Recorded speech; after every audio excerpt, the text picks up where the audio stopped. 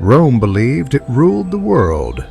Its laws were absolute, its armies unstoppable, its gods unquestioned. And yet, it was terrified of a young woman. Her name was Vibia Perpetua. She was born into privilege, a noble family, educated, respected. She could have lived a quiet Roman life, married well, raised children, and disappeared into history. But she chose something else. She chose faith. In the year 203 AD, under Emperor Septimius Severus, Rome outlawed conversion to Christianity. Not because Christians were violent, not because they rebelled, but because they refused to worship the emperor as a god. That refusal terrified Rome. Perpetua was arrested while still nursing her infant son, dragged from her home, separated from comfort, thrown into a dark Roman prison. The stone walls were cold, the air suffocating. Chains echoed with every movement.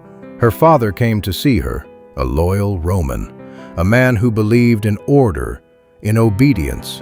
He begged her, "Have pity on your child. Renounce this madness. Just say the words and live."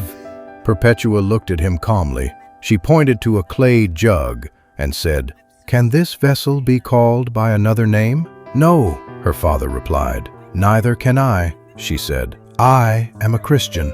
In prison, Perpetua kept a diary, not a manifesto, not a rebellion, a testimony.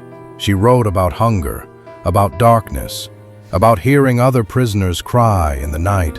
She wrote about her child, how her breasts ached when he was taken from her, and yet she wrote with peace. Days later, her sentence was announced. She would die in the arena, publicly, as a warning. The day of execution arrived. The gates of the amphitheater opened. Crowds filled the stands. Laughter, anticipation. Perpetua walked in, not as a victim, but as someone walking toward destiny. Beside her was Felicity, a slave woman who had given birth only days earlier. 2 women, 2 mothers, 1 fate. Wild animals were released. The crowd expected screams, but Perpetua did not scream. She stood, wounded, bleeding, still standing. Witnesses later wrote something unsettling. She adjusted her torn clothing, not out of shame, but dignity. Rome could kill her body, but it could not humiliate her soul. When the executioner hesitated, his hand shaking, Perpetua guided the blade to her own throat. Even in death, she chose. Rome won the spectacle, but it lost the story. Because Perpetua did not vanish, her words survived. Her courage spread. And centuries later, empires that once ruled the world are dust.